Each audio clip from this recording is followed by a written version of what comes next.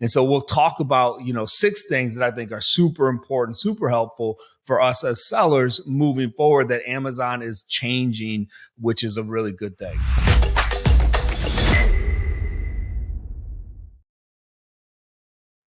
All right, welcome back to the pod. Andy, you had a full week this past week at Amazon in Seattle with hundreds of other sellers for the Amazon Accelerate event, I believe it was called, and just so much excitement coming from that. I think Amazon put on what sounded like the best conference really they've done yet. And so I'm excited to hear about your experience there. You were, got to meet and rub shoulders with a lot of other large sellers, some billion-dollar sellers even that you were talking to, connecting with, sitting at the table with. So I'm excited to hear, what were your main takeaways from this event? And Amazon released a lot of feature changes. So I think we're going to pick out some of the highlights that we think as relates to most sellers, since some are obviously a little bit more important than others day to day. So Andy, how did the event go? What was the biggest takeaways, highlights of the trip for you? Yes. So, typically Amazon for sellers like us, and if you're listening to the podcast and you're an Amazon seller, Amazon is extremely customer centric, and we want them to be that way because we want Amazon to be a trusted platform. And that's why Amazon is really blown up, is because when customers order, they have extreme confidence that that order is going to show up. And if there's a problem with that order, that Amazon is going to take care of them. So, when Bezos founded Amazon, delighting the customer is at the top of the list. Well, unfortunately, as an Amazon seller, at times that can be a bit painful because Amazon definitely sides on or errs on the side of the customer. Again, we want that, as Amazon seller community as a whole, you want that because there are some bad actors out there. But again, at times it can be painful because it seems like Amazon sometimes doesn't necessarily care about Amazon sellers like ourselves. When we have issues, it can be difficult to kind of navigate through those issues.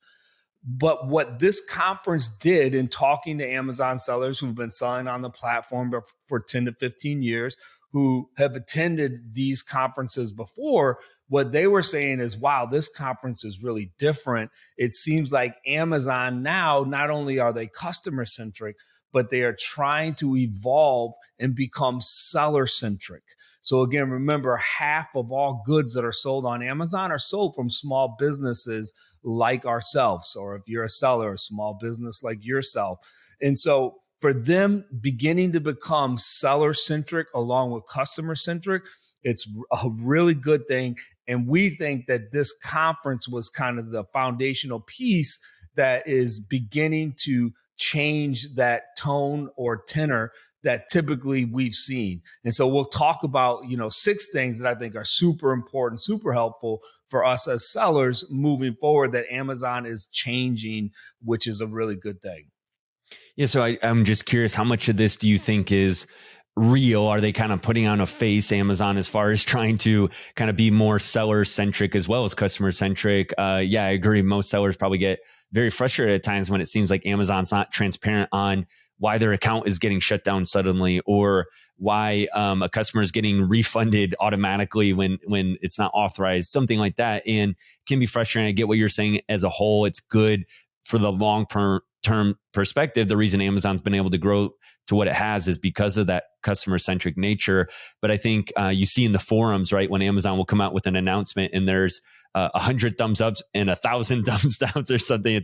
It's funny when you see that ratio sometimes, that they haven't always appealed to the sellers what we feel like is the best interest. So yeah, I mean, do you feel like this, talking with the Amazon higher ups there, do you feel like this is them truly turning a new phase of the business, or is it just because they wanted to put on a good event, in your opinion?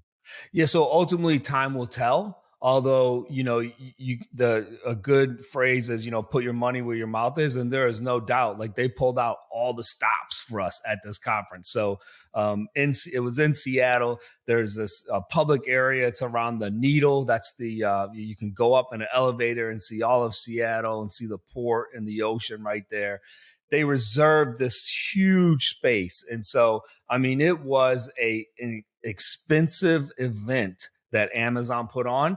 And again, talking to sellers, they've never done this before, right? So this was the first time they really pulled out all the stops and said, hey, look, we're going to lavish and really take care of the sellers that we have on our platform. So that to me is just definitely a signal, that, hey, this could be something.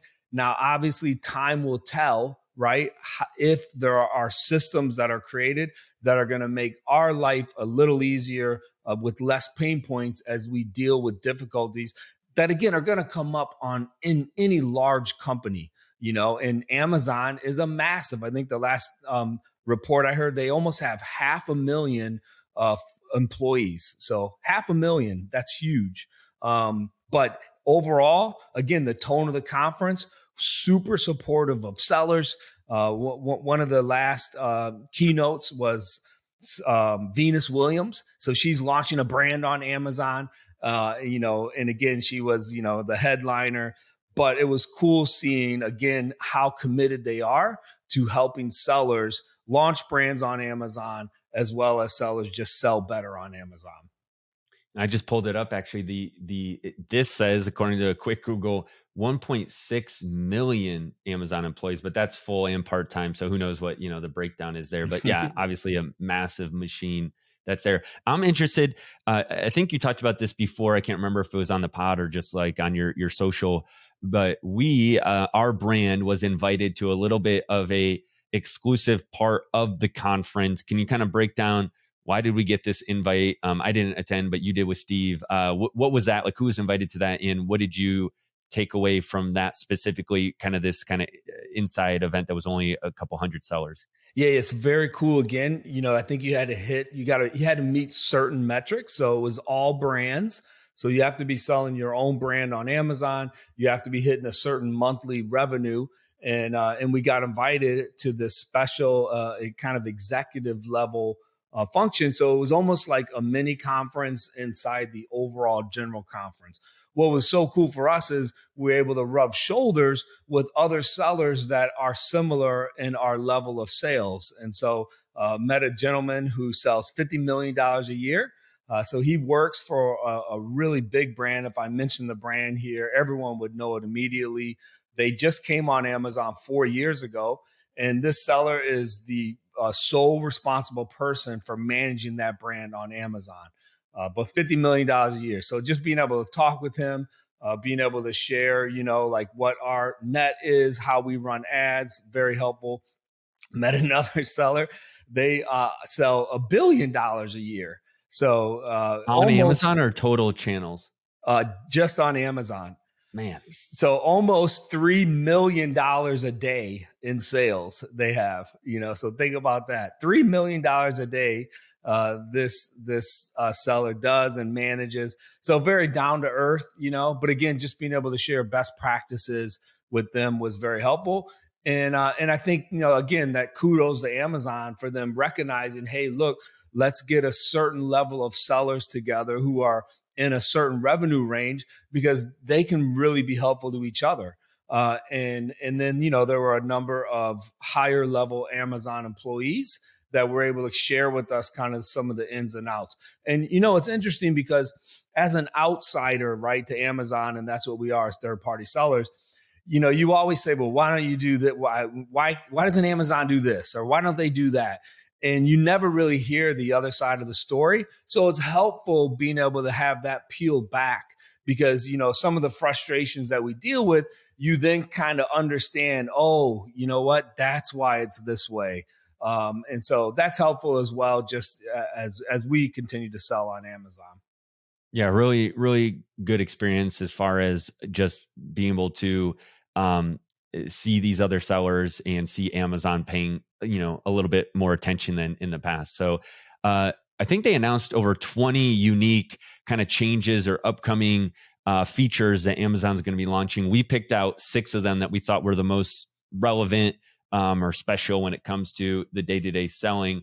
And the first one has been talked about really all this year in 2022, but it is the buy with Prime feature. And I think they gave some more details on the future of what they see happening with this. What was your main takeaway from the buy with Prime rollout? And what is it exactly? Yeah, so this is something we're super excited about as we grow our brand. We'll do a little over $10 million this year on Amazon. The ability for us to advertise, on our different channels and to have a buy with Prime badge builds immediate trust, right, with customers. And so, they can see right away that when they click on that ad, they go to our website and there's a buy with Prime badge, that customer is again knows, because the trust that Amazon has built, what we just talked about earlier in the podcast, that they can now hit that add to cart and the product is going to show up in 2 to 3 days, right? So for us, and here's the key part to that. For us, now we get the customer information because they're on our website, which is the thing that Amazon, is still very jealous of, and they have a right to be. They really own all the customer information. But by allowing, that buy with Prime badge on our website, we can capture their customer information.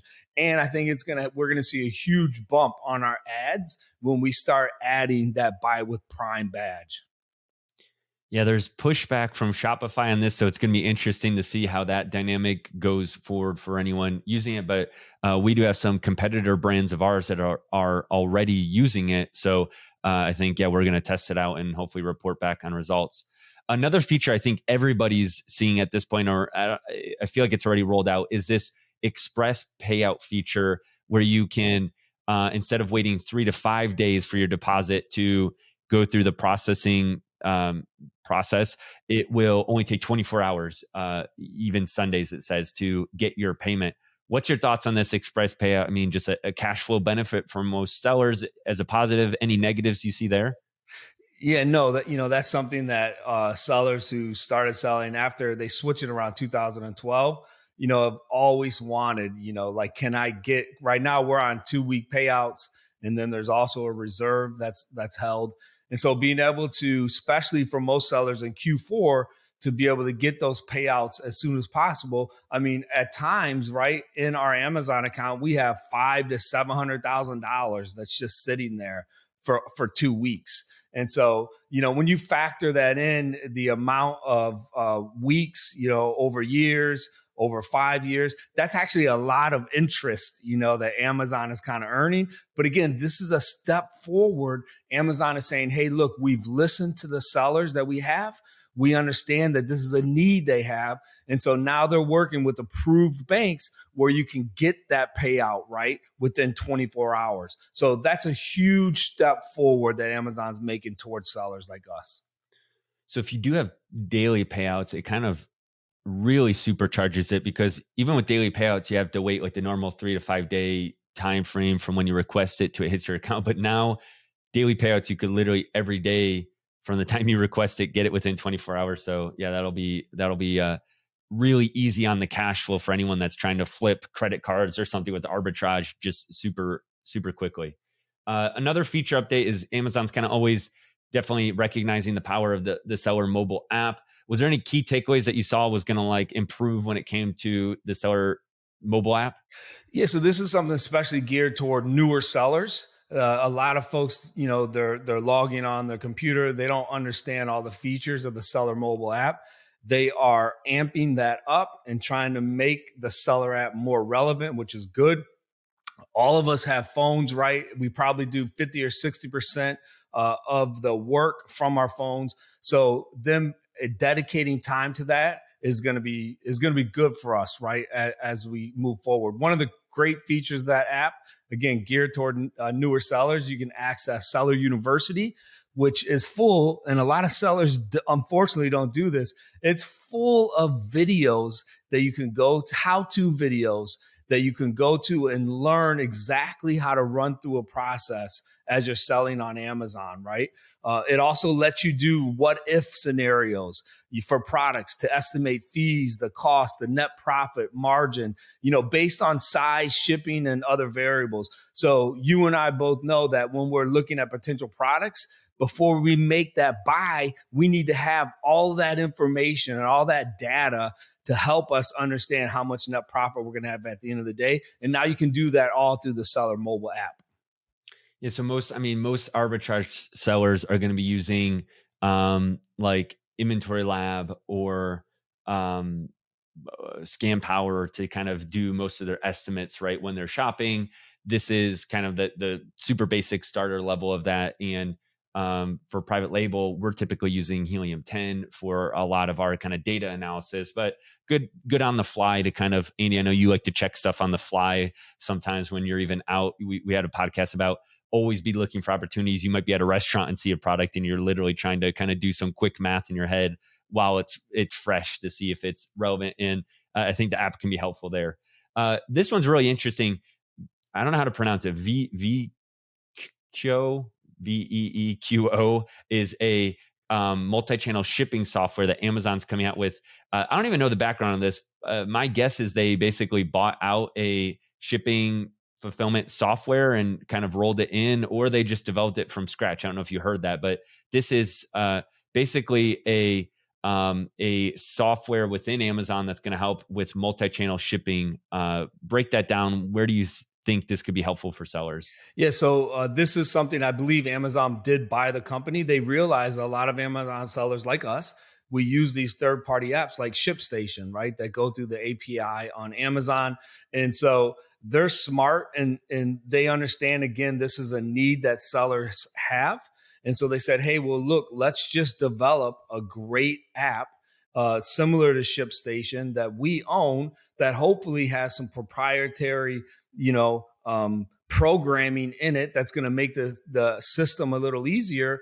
And let's just offer this free to our sellers. So right now, I think it's ShipStation. We pay $150 to $200 a month.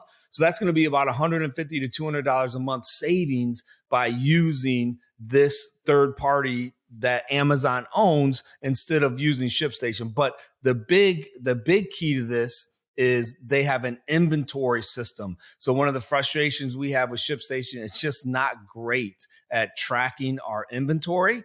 But this new VQO is going to have an inventory system that looks like it's going to be very robust. And again, it's all for the low cost of free. So you can't beat that. I'm not to be cynical, but I'm trying to think the angle that Amazon, would provide a free tool like this. And one, positive spin to it would be just to help sellers be better at selling and sell more. But I'm also wondering, so if we attach now our Shopify to this, our Walmart and eBay, Amazon now basically is, seeing data from all these platforms. And now they're data is kind of king in our economy. A lot of people say that data is like the new gold. And so it'll be interesting, I guess, if they can get every seller to use this, they would then get even more data on all these other platforms. How much is this seller selling on Shopify or Walmart or eBay? So that might be part of it. Maybe it's not, but I'm guessing they have a play there. All right, this one I think is really relevant to everyone. And going back to the beginning of the conversation, Andy, where you said most sellers feel like Amazon isn't always in our corner.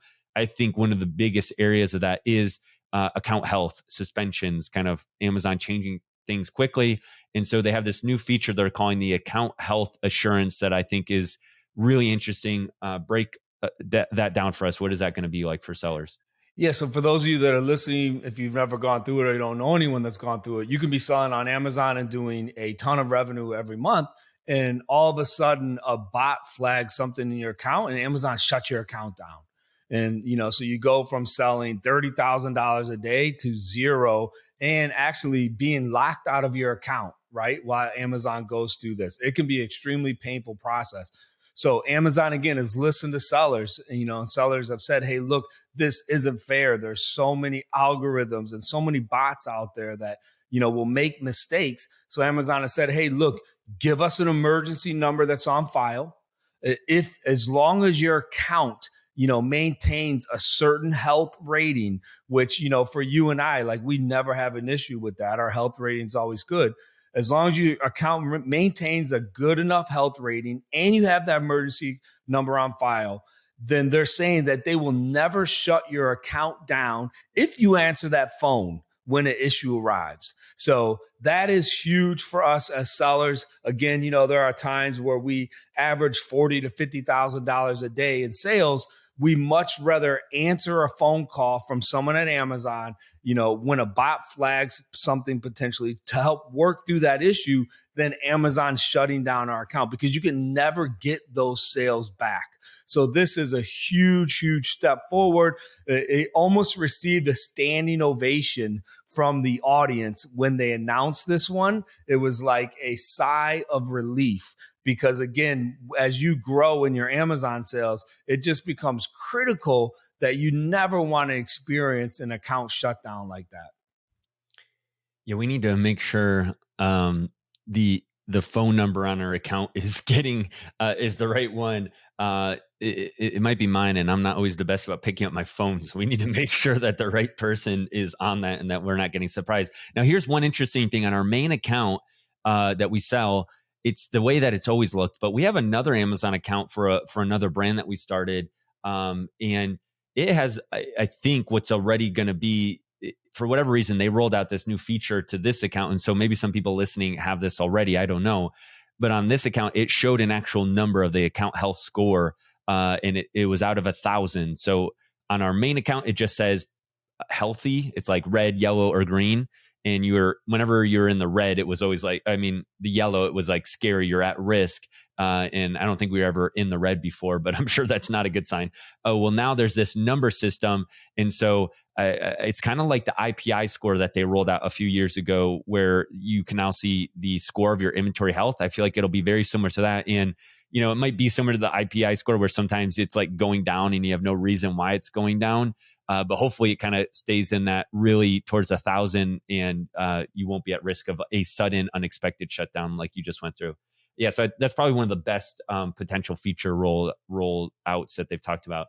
The last thing that we just kind of picked out here was the Amazon warehousing and distribution. And so I think this is good news for especially anyone in private label or getting into private label that doesn't have their own warehousing space, and they've always kind of worried about that just logistical step of trying to figure out where you're going to store inventory. 3PLs can be expensive, and all of that. So break down for us where you think this could be valuable for sellers. Yeah, so I think there's another just wise step for Amazon. They realize that a lot of Amazon sellers use 3PLs. A lot of them use 3PLs just for storage. And so this is not a FBA fulfillment center. So this would just be long-term storage that Amazon would then send these products to an FBA fulfillment center.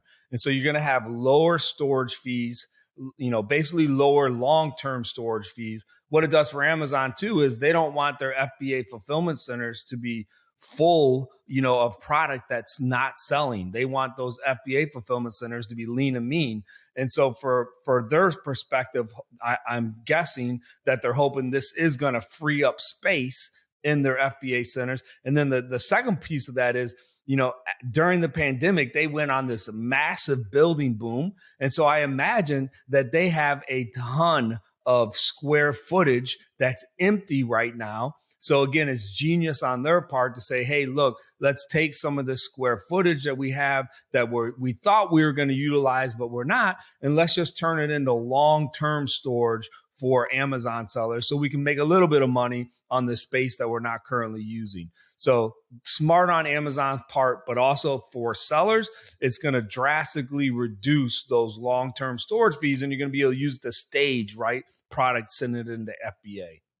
And my guess would be a warehouse like this would take a lot less employees and automation to operate. It's kind of like a more simplified warehouse. So for Amazon, it should be easy, less capital investment for them to kind of set this up.